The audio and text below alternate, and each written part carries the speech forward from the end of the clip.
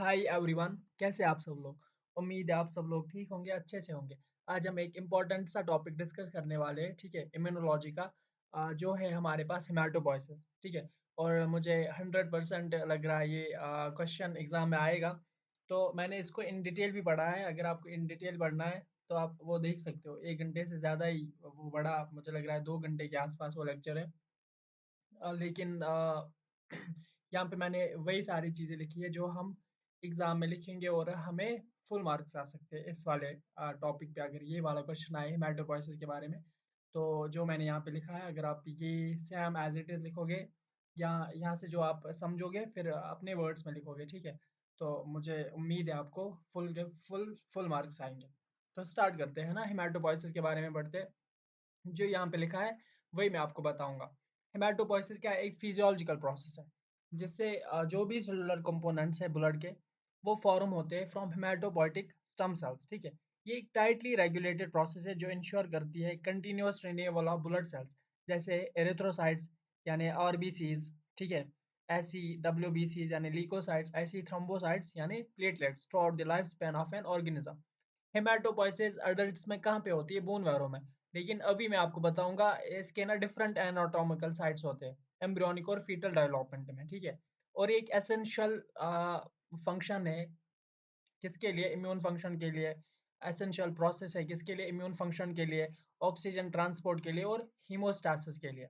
और tissue repair. हीमोस्टैसिस मैं आपको अभी बताऊंगा। हीमोस्टैसिस हुआ क्लॉट फॉर्मेशन होना, ताकि हीमोरेज से इंसान बच जाए, ठीक है, ब्लड का लॉस ना हो। तो हेमाटोपोइसिस क्या है? एक फिजियोलॉजिकल प्रोसेस है जिससे सारे जो भी सेलुलर कंपोनेंट्स है ब्लड के, वो बन जाए फॉर्म फ्रॉम हेमाटोपोइटिक स्टम सेल्स। किससे बने? हेमाटोपोइटिक स्टम सेल्स है। ये एक टाइटली रेगुलेटेड प्रोसेस है जो इंश्योर करती है continuous renewal of blood cells. जैसे हमारे पास आरबीसीज है, ठीक है, जैसे हमारे पास आरबीसीज है, डब्ल्यूबीसीज है और प्लेटलेट्स है through out the life span of an organism. जब तक एक इंसान जिंदा है तब तक ये वाली प्रोसेस चलती रहती है। और हेमाटोपोइसिस कहाँ पे होती है? अडल्ट्स में बोन मैरो में, ठीक है, यानी कि हम कहाँ पे होती है? अडल्ट्स में बोन मैरो में। और ये इसके ना डिफरेंट एनाटॉमिकल साइट्स है एम्ब्रियोनिक और फीटल डेवलपमेंट में। और एसेंशियल किसके लिए है? इम्यून फंक्शन के लिए, ठीक है। ऑक्सीजन ट्रांसपोर्ट कराता है और हीमोस्टैसिस और टिश्यू रिपेयर। अब हिस्टोरिकल बैकग्राउंड जो इसका है, अब जो इसका हिस्टोरिकल बैकग्राउंड है, हिस्टोरिकल बैकग्राउंड आप याद रख सकते हो अगर ये लिखना हो, वरना इसको हम कट करके हम इस वाले पॉइंट को याद रखेंगे, ठीक है। किस वाले पॉइंट को हम याद रखेंगे? इस वाले पॉइंट को हम याद रखेंगे। जो टर्म हेमाटोपोइसिस ये कहाँ से डेराइव हुए? ग्रीक से। जो हैमा है इसका मतलब है ब्लड और पोइसिस का मतलब फॉर्मेशन, वो भी आप याद रख सकते हो। जो concept of blood cell formation है, ये फर्स्ट कब एक्सप्लोर हुआ? 19 सेंचुरी में। जो हमारे पास पॉल एहलरिच था, इसने डेवलप क्या किया? Staining techniques to differentiate leukocytes. और मैक्सिमो इसने कौन सी थ्योरी को पोस्टुलेट किया? मोनोफाइलेटिक थ्योरी ऑफ हेमाटोपोइसिस, ठीक है। जिसे हम आज कल के इसमें क्या कहते हैं? नाम known as the haematopoietic stem cell. यानी जो भी ब्लड सेल्स है ये अराइज होती है एक प्रिकर्सर सेल से, ठीक है। लेकिन मुझे लग रहा है आप इनमें इन चार पॉइंट्स में एक ही पॉइंट याद रखो। हेमाटोपोइसिस डेराइव किससे हुई है? ग्रीक वर्ड से हुई है। ग्रीक टर्म हैमा का मतलब ब्लड है और पोइसिस का मतलब फॉर्मेशन है। अब जो मैंने आपको अभी बताया, जो एम्ब्रियोनिक और फीटल डेवलपमेंट में डिफरेंट एनाटॉमिकल साइट्स होते हैं किसके? हेमाटोपोइसिस के। अब हम वो देखेंगे, sites of haematopoiesis during development, ठीक है। हेमाटोपोइसिस क्या है? एक डायनेमिक प्रोसेस है जो शिफ्ट होती है anatomically during embryonic and postnatal life. Haematopoiesis क्या है? एक डायनेमिक प्रोसेस है जो शिफ्ट होती है anatomically during embryonic and postnatal life. अब जो एम्ब्रियोनिक स्टेज में यानी 0 to 2 मंथ्स यॉर्क सैक, जिसे हम प्रिमिटिव हेमाटोपोइसिस कहते हैं, ठीक है, जिसे हम क्या कहते हैं? Primitive haematopoiesis. अर्ली स्टेज यानी आप कह सकते हो एम्ब्रियोनिक स्टेज में, ठीक है, 0 to 2 मंथ्स यॉर्क सैक में साइट ऑफ हेमाटोपोइसिस, यानी जिसे हम प्रिमिटिव हेमाटोपोइसिस कहते हैं। फिर फीटल वाली स्टेज में यानी 2 से 7 मंथ्स लेकर लिवर और स्प्लीन में होती है, यानी डेफिनेटिव हेमाटोपोइसिस स्टार्ट होना लगता है, ठीक है। जो असली वाली ट्रू ट्रू हेमाटोपोइसिस है वो स्टार्ट होने लगती है। और लेट फीटल में यानी 7 मंथ के बाद बून मैरो में होती है। कहाँ पे होती है? बून मैरो में, प्राइमरी साइट बाय बर्थ, ठीक है। फिर post natal to adult.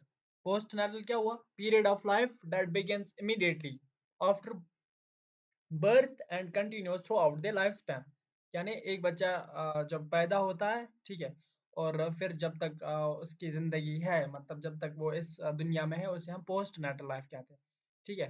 Post natal to adult bone marrow में, बोन मैरो कहाँ कहाँ पे, वर्टिब्रे, स्टर्नम, रिब्स और पेल्विस, या आप ऐसे कह सकते हो जो अडल्ट होते हैं, जो ब्लड कहाँ पे बनता है, बोन मैरो में बनता है, bone marrow of flat bones, flat bones जैसे वर्टिब्रे यहाँ पे लिखा है, स्टर्नम लिखा है, रिब्स लिखा है और पेल्विस लिखा है, ये कौन से है, ये फ्लैट बोन्स है, ये फ्लैट बोन्स है।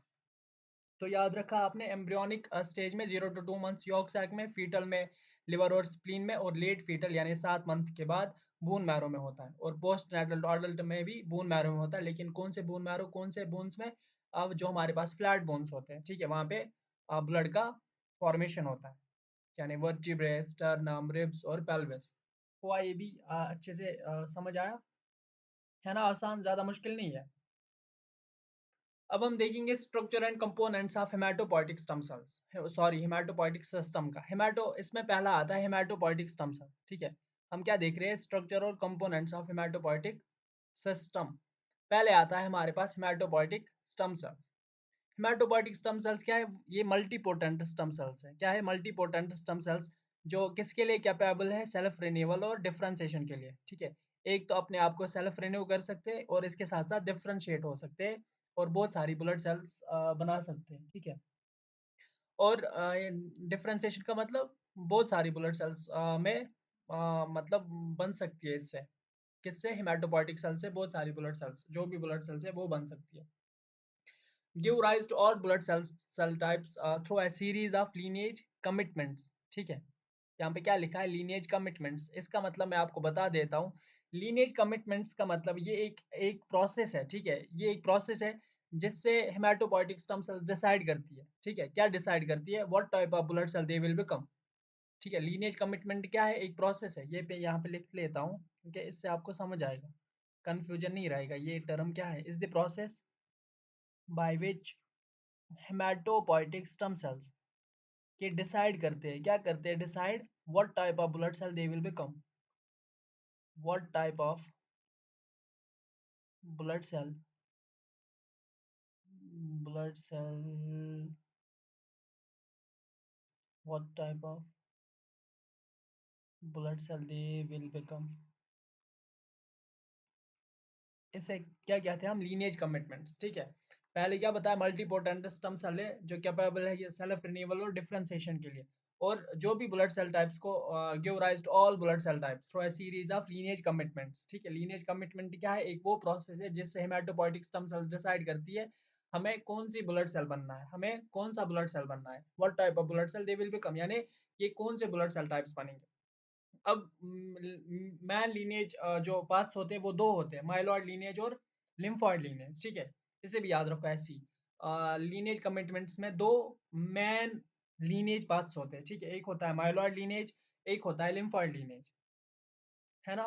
माइलॉइड लीनिएज में क्या क्या होता है, आरबीसी, ठीक है, माइलॉइड लीनिएज अगर ये वाला पाथ है चूज करेंगे तो ये आरबीसी बन सकता है, या प्लेटलेट बन सकता है, या मोनोसाइट्स बन सकता है, ठीक है, या ग्रेनुलोसाइट्स यानी डब्ल्यूबीसी, ठीक है। तो क्या रखोगे याद, जो भी हमारे ब्लड सेल्स है ऐसे रखो याद, माइलॉइड लीनिएज में ब्लड सेल्स बनती है, ब्लड सेल्स डब्ल्यूबीसी है, प्लेटलेट्स है, आरबीसीज है और मोनोसाइट्स, ठीक है।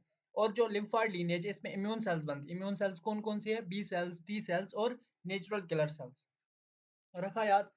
हेमाटोपोइटिक स्टेम सेल पहला कंपोनेंट कौन आता है, हेमाटोपोइटिक स्टेम सेल। फिर आता है हमारे पास स्ट्रोमल माइक्रो एनवायरनमेंट, दूसरा क्या आता है हमारे पास, स्ट्रोमल माइक्रो एनवायरनमेंट, जिसमें फिब्रोब्लास्ट आते हैं, क्या आता है, फिब्रोब्लास्ट आते हैं, एंडोथेलियल सेल्स आता है, एडिपोसाइट्स आते हैं, ऑस्टियोब्लास्ट आता है और माइक्रोफेज आता है। तो आप क्या कह सकते हो, includes fibroblasts, endothelial cells, adipocytes, osteoblast और माइक्रोफेज। ये क्या करते हैं, प्रोड्यूस करते हैं साइटोकाइंस और ग्रोथ फैक्टर्स को जो क्रिटिकल होते हैं for regulating stem cell fate. किसके लिए प्रोड्यूस करते हैं साइटोकाइंस और growth factors critical for regulating stem cell fate. Stromal microcytokines क्या है, साइटोकाइंस स्मॉल प्रोटीन्स होते हैं जो किससे बने होते हैं, सेल से, स्पेशली इम्यून सेल्स। वो मैसेंजर्स की तरह काम करते हैं, कौन, साइटोकाइंस मैसेंजर्स की तरह काम करते हैं, और जो जिससे ये किस में मदद करते हैं, सेल्स को, सेल्स जो होती है एक दूसरे से बात करती है, यानी हम कह सकते हैं they help cells talk to each other, ठीक है, टू कंट्रोल इम्यून रेस्पॉन्स। तो साइटोकाइंस क्या है, इतना ही याद रखो, साइटोकाइंस स्मॉल प्रोटीन्स है, ठीक है, स्मॉल प्रोटीन्स है जो सेल से बनी होती है, स्पेशली इम्यून सेल्स। यानी ये एक्ट करते हैं मैसेंजर्स की तरह, यानी सेल्स को एक दूसरे से बात कराती है। ठीक है, फिर जो हमारे पास ग्रोथ फैक्टर्स है, ये साइटोकाइंस और ग्रोथ फैक्टर्स किसके लिए होते हैं? Critical for regulating stem cell fate. Stem cell fate का मतलब क्या हुआ?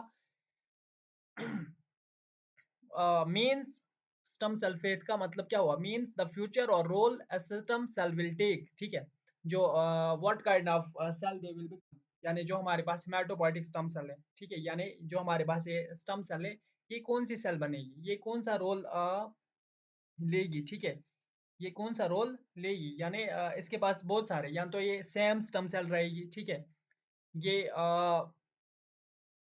अपने आप को सेल्फ रिन्यू करेगी, ये हम कह सकते हैं। ठीक है, या ये क्या करेगी? डिफरेंशिएट हो जाएगी, रेड ब्लड सेल बनेगी, ठीक है, डब्ल्यूबीसी बनेगी या प्लेटलेट बनेगी, या तो ये अपोप्टोसिस, ठीक है, या तो ये मर जाएगी, है ना? तो produces cytokines and growth factors critical for regulating stem cell fate. Stem cell fate का मतलब क्या है? What type of blood cell they will become. ठीक है, यहाँ लिखेंगे हम what kind of cell it will become, what kind of cell it will become, है ना? कंफ्यूज नहीं होना। कंफ्यूज क्यों नहीं होना है? हमें स्ट्रोमल माइक्रो एनवायरनमेंट याद रखना है, इसमें क्या क्या चीजें आती है? फिब्रोब्लास्ट आता है, एंडोथेलियल सेल्स आते हैं, एडिपोसाइट्स आता है, और ऑस्टियोब्लास्ट और माइक्रोफेज आता है। फिर हमें ये याद रखना है, ये साइटोकाइंस और ग्रोथ फैक्टर्स को प्रोड्यूस करता है, जो क्रिटिकल किसके लिए होते हैं? Regulating stem cell fate. Stem cell fate का मैंने मतलब बताया, ये कौन सा रोल लेगी, ठीक है, कौन सा रोल लेगी, यानी ये कौन सी सेल बनेगी, ठीक है, जो हमारे पास स्टम सेल है, ये कौन सी सेल बनेगी? अब इसके पास या तो ये सेम रहेगी, कौन सी? हेमाटोपोइटिक स्टम सेल, क्योंकि ये किसके लिए कैपेबल है? अभी मैंने बताया सेल्फ रिन्यूअल और डिफरेंशिएशन के लिए। तो ये या तो ये स्टम सेल ही रहेगी, ठीक है, अपने आप को ही कॉपी करेगी और स्टम सेल ही रहेगी, या तो इसके अलावा ये डिफरेंशिएट होकर आरबीसी बनेगी, डब्ल्यूबीसी बनेगी, या प्लेटलेट्स बनेगी, या तो ये मर जाएगी, ठीक है, या तो ये मर जाएगी। तो यही मैंने आपको समझा। फिर तीसरा आता है हमारे पास bone marrow niches. Bone marrow niches में हमारे पास दो आते हैं, एक आता है इंडोस्टील निश और आता है वैस्कुलर निश। ठीक है, इंडोस्टील निश जो होता है मेंटेन करके रखता है हेमाटोपोइटिक स्टेम सेल क्यूसेंस और सेल्फ रिन्यूअल। सेल्फ रिन्यूअल तो पता है ना? क्यूसेंस में आपको बता देता हूँ थोड़ा सा। ठीक है, क्यूसेंस का मतलब हुआ स्लीप लाइक स्टेट, ठीक है, रेस्टिंग या स्लीप लाइक स्टेट, यानी हेमाटोपोइटिक स्टेम सेल जो हुआ ये डिवाइड नहीं होता है, ठीक है, ये किसी टाइम तक इनएक्टिव रहता है, मरा नहीं होता है, ठीक है, जिंदा होता है लेकिन इनएक्टिव रहता है। ये मैंने जो मैंने डिटेल में लेक्चर पढ़ाया था हेमाटोपोइसिस के बारे में, उसमें मैंने बताया था ये क्यों क्यू सेंस में चले जाते हैं। थोड़ा सा मैं फिर भी आपको बता दूं, क्यू सेंस में इसलिए चले जाते हैं क्योंकि एग्जॉस्ट नहीं होते, ठीक है, इनको तो पूरी जिंदगी, जब तक एक इंसान जिंदा है तब तक इनको सेल्स, ठीक है, कौन से ब्लड सेल्स यानी ब्लड का फॉर्मेशन करते रहना है। तो ये अब इंसान के पास सफिशिएंट ब्लड है, ठीक है, अब ये डिवाइड होते रहेंगे, है ना? तो ये क्या हो जाएंगे? एग्जॉस्ट हो जाएंगे और खत्म हो जाएंगे। लेकिन इसीलिए क्या इनएक्टिव, जब इंसान की बॉडी में ब्लड की जरूरत होती है, तब ये और एक्टिव होके क्या करेंगे? ब्लड सेल फॉर्मेशन स्टार्ट करेंगे। जब इंसान की बॉडी में अब जरूरत ही नहीं है, उसके पास सफिशिएंट ब्लड है, ठीक है, तो ये क्या हो जाते हैं? इनएक्टिव हो जाते हैं। उसी को हम कहते हैं क्यूसेंस। जो इंडोस्टिल निश होता है हमारे पास, वो मेंटेन करके रखता है हेमाटोपोइटिक स्टेम सेल क्यूसेंस या सेल्फ रिन्यूअल। क्यूसेंस का मतलब क्या हुआ? क्यूसेंस मींस रेस्टिंग और स्लीप लाइक स्टेट, ठीक है, यानी जो हमारे पास हेमाटोपोइटिक स्टेम सेल्स है, ये इनएक्टिव रहते हैं, यानी डिवाइड नहीं होते, इनएक्टिव रहते हैं लेकिन जिंदा होते हैं। ऐसे नहीं कहना ये मर जाते हैं, मर जाते नहीं है, जिंदा होते हैं लेकिन इनएक्टिव रहते हैं। फिर दूसरा होता है हमारे पास वेस्कुलर निश। कौन होता है वेस्कुलर निश? जो हमारे पास वेस्कुलर निश होता है, ये प्रमोट करता है प्रोलिफरेशन, एचसीएस प्रोलिफरेशन और differentiation, haematopoietic stem cell proliferation और डिफरेंशिएशन।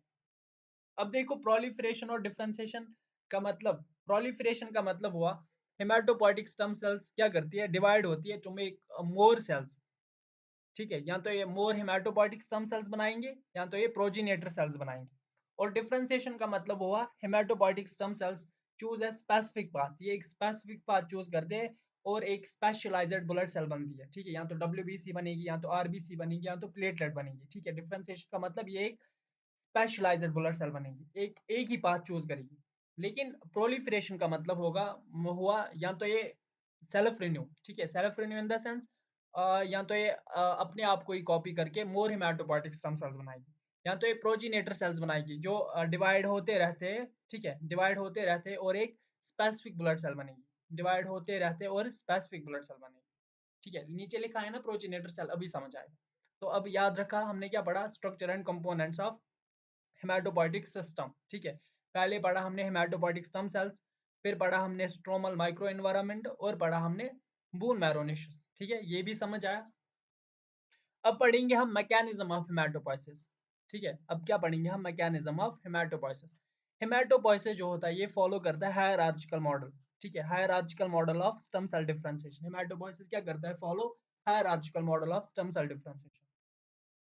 इसमें भी पहले आता है हेमाटोपोइटिक स्टेम सेल्स, इसमें भी क्या पहले आता है, हेमाटोपोइटिक स्टेम सेल्स।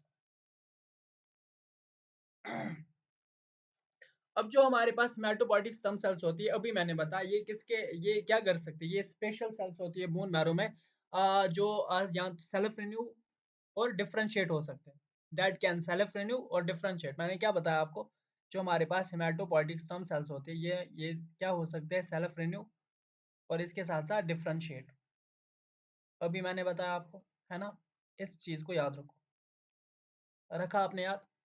अब इस पे सरफेस मार्कर्स होते हैं, क्या होते हैं, सरफेस मार्कर्स होते हैं, एक होता है CD34 पल्स और होता है लिन नेगेटिव, ठीक है, यानी लीनेज नेगेटिव, ये सरफेस मार्कर्स होते हैं। अब थोड़ा थोड़ा सा देखो, थोड़ा थोड़ा सा क्या देखो, CD34 पल्स क्या करता है, CD34 पल्स एक प्रोटीन होता है, ठीक है, एक मैं बता देता हूँ आपको, आप लिखो, ठीक है, जहाँ पे जगह नहीं है लिखने की। CD34 पल्स क्या होता है, एक प्रोटीन होता है, थोड़ा थोड़ा सा मैं लिख लेता हूँ, एक समझा देता हूँ ना आपको, तो आप खुद लिख सकते हो उसका। द CD34 पल्स क्या होता है, एक प्रोटीन होता है हमारे पास जो कहाँ पे होता है, हेमाटोपोइटिक स्टेम सेल के सरफेस पे होता है, जो हेमाटोपोइटिक स्टेम सेल के सरफेस पे होता है, जो साइंटिस्ट को किस में हेल्प करता है, आइडेंटिफाई और आइसोलेट देम, जो साइंटिस्ट को किस में मदद करता है, it help scientist identify and isolate them, it help scientist identify and isolate them, किसको, हेमाटोपोइटिक स्टेम सेल्स को, ठीक है, हेमाटोपोइटिक स्टेम सेल्स को आइडेंटिफाई और आइसोलेट करने में। की सरफेस मार्कर्स में CD34 पल्स और लेन नेगेटिव आता है। CD34 पल्स एक वो प्रोटीन है जो surface of haematopoietic stem cell पे होता है, जो साइंटिस्ट को किस में मदद करता है, आइडेंटिफाई और आइसोलेट करने में, ठीक है। फिर हमारे पास लिन नेगेटिव होता है। अब लिन नेगेटिव देखिए, लिन नेगेटिव क्या हुआ, इसको मैं करूँ अब, जहाँ पे मैं लिन नेगेटिव आप लिखता हूँ, ठीक है। अब जो हमारे पास लिन नेगेटिव है, यानी लीनिएज नेगेटिव, ये जो होता है, अगर ये पाया जाए, ठीक है, अगर ये पाया जाए किस पे, मैच्योर ब्लड सेल पे, इसका मतलब है means the cell does not have markers found on the mature blood cell. इसका मतलब है अगर लिन नेगेटिव हो तो इसका मतलब है सेल के पास मार्कर्स नहीं है मैच्योर ब्लड सेल पे, अगर लिन नेगेटिव हो, ठीक है, इसका मतलब है सेल के पास मार्कर्स नहीं है मैच्योर ब्लड सेल पे, means the cell does not have markers found on mature blood cell. ये हमें बताता है, ये हमें क्या बताता है, cell is not yet committed to any specific blood cell type, ठीक है, this shows the cell is not yet committed to any specific blood cell type, यानी अभी सेल ने नहीं सोचा है मैं कौन सी सेल बनती हूँ, या अभी नहीं सोचा है कौन सी ब्लड सेल बननी है, ठीक है, सेल ने कौन से स्टम सेल ने अभी नहीं सोचा मैं कौन सी सेल बनूंगी, या अभी इसने नहीं सोचा है कौन सी ब्लड सेल बननी है, किसने, हेमाटोपोइटिक स्टेम सेल ने, ठीक है। और जब ये दोनों एक साथ होते हैं, कौन,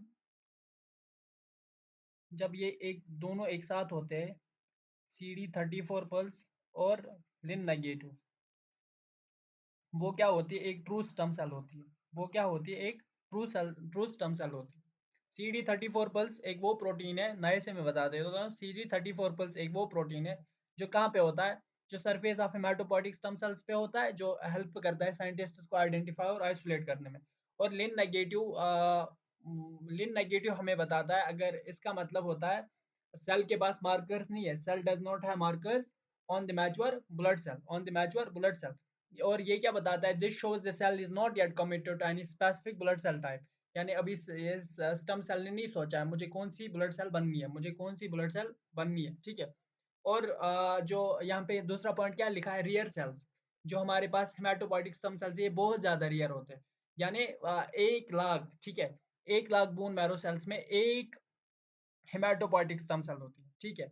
यानी एक ट्रू हेमाटोपोइटिक स्टम सेल होती है, यही लिखा है यहाँ पे 1 लाख बोन मैरो सेल्स में एक हेमाटोपोइटिक स्टम सेल होती है, कौन सी वाली, ट्रू हेमाटोपोइटिक स्टम सेल वाली।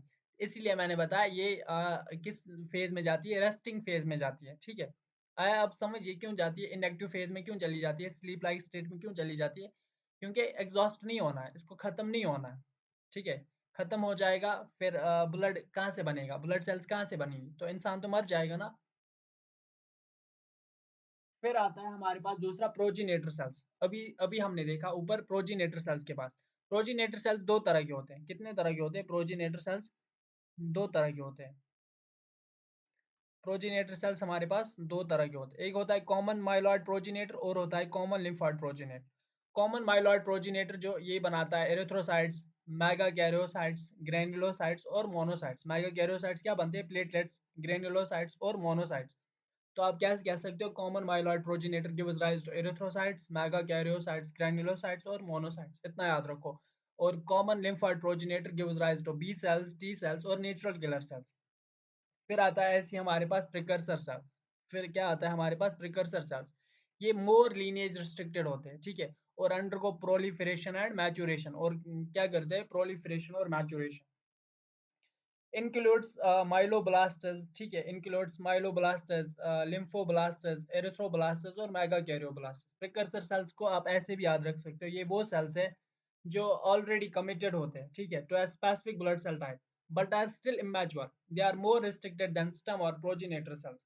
यानी पहले ही कमिटेड होते हैं, इनको पता होता है हमें कौन सी सेल बननी है, ठीक है। माइलोब्लास्ट को पता है मुझे कौन सी सेल बननी है, लिम्फोब्लास्ट को पता है मुझे कौन सी सेल बननी है, एरिथ्रोब्लास्ट को पता है मुझे कौन सी सेल बननी है, ऐसी मेगा कैरियोब्लास्ट को पता है मुझे कौन सी सेल बननी है। माइलोब्लास्ट को क्या पता है, ये प्रिकर्सर सेल है, इसको क्या पता है मुझे कौन सी सेल बननी है, इसको पता है मुझे डब्ल्यूबीसीज बनना है यानी ग्रैन्युलोसाइट बनना है।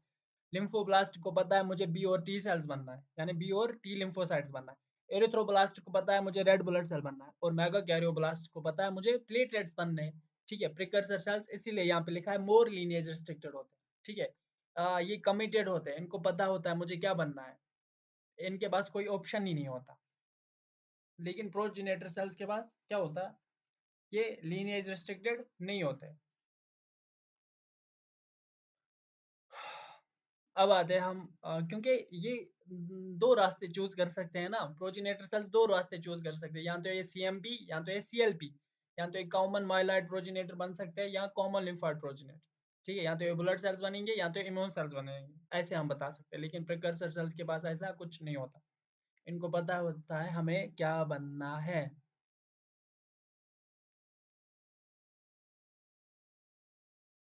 अब आते हैं हम लास्ट पे, मैच्योर ब्लड सेल्स, ठीक है। मैच्योर ब्लड सेल जो होते हैं फाइनल डिफरेंशिएटेड फॉर्म्स, वो कहाँ पे रिलीज होते हैं, सर्कुलेशन में। अब जब एक फाइनल डिफरेंशिएट, अब जब एक मैच्योर ब्लड सेल, अब माइलोब्लास्ट को पता है मुझे डब्ल्यूबीसीज बनना है, ठीक है, डब्ल्यूबीसीज अब डब्ल्यूबीसी अब बन गई, वो कहाँ पे आएगी, सर्कुलेशन में आएगी, ठीक है। तो ये भी समझ आया आपको, मैकेनिज्म ऑफ हेमाटोपोइसिस। अब आते हैं हम रेगुलेशन ऑफ हेमाटोपोइसिस पे। अब किस पे आते हैं हम, रेगुलेशन ऑफ हेमाटोपोइसिस।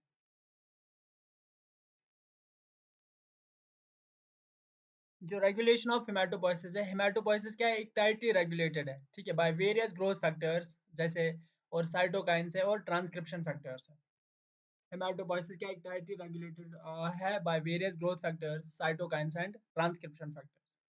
अब जो हमारे पास ग्रोथ फैक्टर्स और साइटोकाइंस क्या होते हैं, ये साइटोकाइंस साइटोकाइंस क्या होते हैं, केमिकल सिग्नल्स होते हैं जो गाइड करते हैं स्टेम सेल्स को टू ग्रो, डिवाइड और become specific blood cells.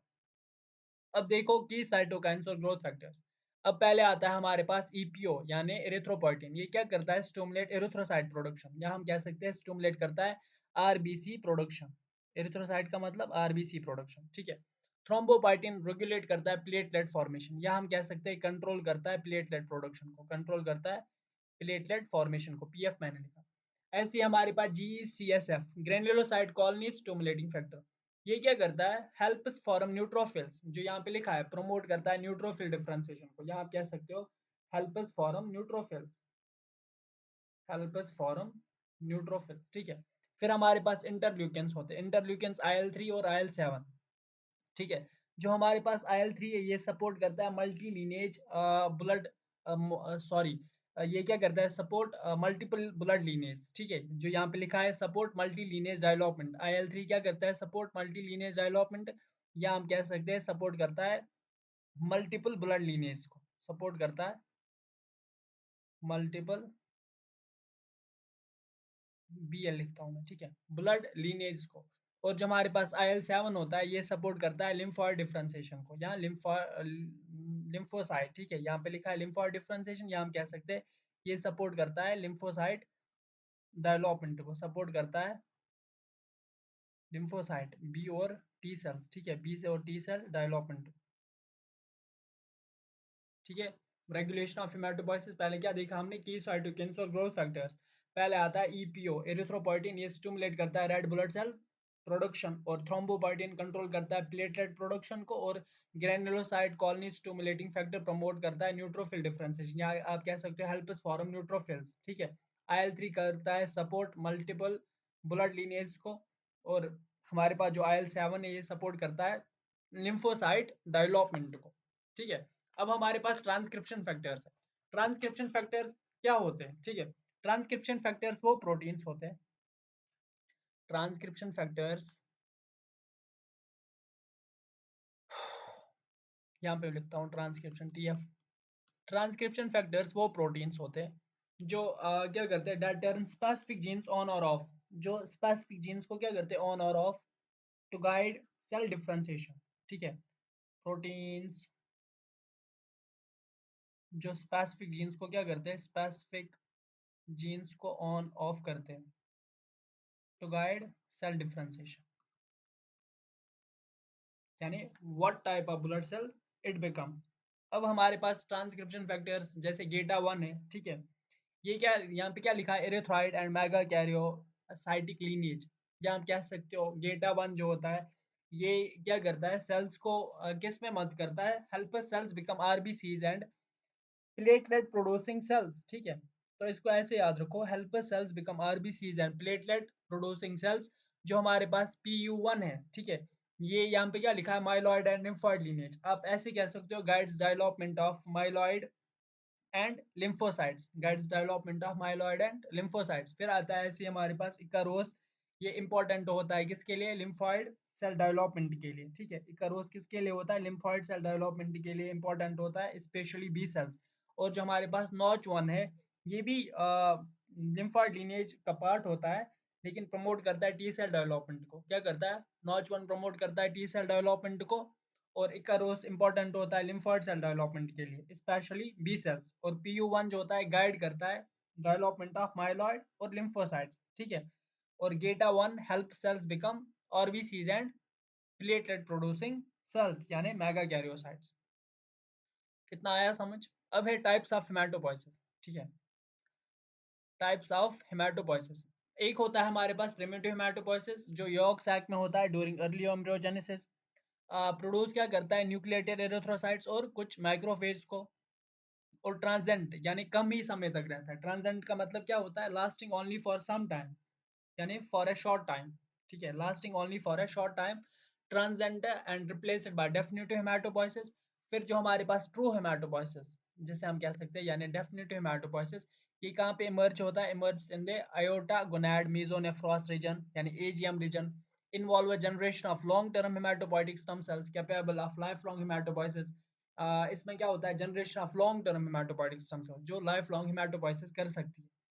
Establishes permanent blood cell production in the bone marrow, और इससे क्या होता है, permanent blood cell production start होना होता है, ठीक है। अब लास्ट जो हमारे पास लास्ट टॉपिक रहा वो है ब्लड सेल क्या formation, sorry, functions and significances, ठीक है। पहली ऑक्सीजन ट्रांसपोर्ट, क्या करता है ऑक्सीजन ट्रांसपोर्ट, जो हमारे पास एरिथ्रोसाइट्स है वो ऑक्सीजन को कैरी करते हैं बाई हीमोग्लोबिन। फिर ऐसे ही हमारे पास इम्यून डिफेंस, जो हमारे पास ल्यूकोसाइट्स है ये आइडेंटिफाई और एलिमिनेट करते हैं पैथोजेंस को। फिर हीमोस्टैसिस, जो मैंने आपको पहले बताया, हीमोस्टैसिस का मतलब है प्लेटलेट को इनिशिएट होना, ये यानी प्लेटलेट्स इनिशिएट करते हैं ब्लड फॉर्मेशन को टू प्रिवेंट हीमोरेज, यानी ब्लड लॉस से बचाना। होम्योस्टेसिस का मतलब है कांस्टेंट रिन्यूअल जो होता है वो मेंटेन क्या करके रखता है, ब्लड वॉल्यूम और कंपोजिशन को। Constant renewal maintains blood volume और कंपोजिशन। फिर लास्ट पे regeneration enables recovery from infections, trauma and blood loss। Recovery किससे, इन्फेक्शन से, ट्रॉमा और ब्लड लॉस से। ये था हमारा छोटा सा लेक्चर किसके बारे में, हेमाटोपोइसिस के बारे में। ठीक है, मुझे उम्मीद है आपको समझ आया होगा। ज़्यादा मुझे नहीं लगा ज़्यादा मुश्किल है। यहाँ पे सारा कुछ एक सीक्वेंस में लिखा है। अगर आप इसी को एज इट इज़ पढ़ोगे तो बहुत ज़्यादा आसानी होगी। ठीक है, कोई भी यहाँ पे कुछ मुश्किल नहीं लिखा है। सारा एक एक तो स्टेप बाय स्टेप लिखा है और एक इजी लैंग्वेज, हम कह सकते हैं इजी लैंग्वेज में लिखा है। कोई भी ज़्यादा मुश्किल टफ लैंग्वेज में नहीं लिखा है। तो अगर आपको, या तो आप सीधा स्क्रीनशॉट उठा सकते हो। अगर आप मुझे ठीक है कमेंट्स में बता देना, तो मैं आपको नोट सेंड कर दूंगा। ठीक है, इसी में एक डिस्क्रिप्शन में एक क्या कहते हैं इसे, गूगल ड्राइव में अपलोड करके मैं इसकी पीडीएफ को अपलोड करूँगा। अगर आपको नोट्स इसके चाहिए, या पूरे क्या कहते हैं इसे, पूरे यूनिट 1 के, तो आप मुझे बता सकते हो और मैं आपको वो प्रोवाइड करूँगा। ठीक है, अच्छे से पढ़ाई करते रहे और हम मिलते हैं एक और नए लेक्चर में, जिसमें हम एक और नया टॉपिक पढ़ेंगे। ठीक है, नया टॉपिक इन द सेंस जो इम्पोर्टेंट इम्पोर्टेंट टॉपिक्स है उनको हम कवर करेंगे, क्योंकि एग्ज़ाम्स आने वाले हैं और हम सारे टॉपिक्स को तो कवर नहीं कर सकते, इसीलिए छोटे छोटे टॉपिक्स को कवर कर लेंगे। ठीक है, मिलते हैं अगले टॉपिक में। अगले टॉपिक में, हाँ अगले लेक्चर में अगले टॉपिक एक ही बात है। ठीक है, अच्छे से पढ़ाई करते रहे।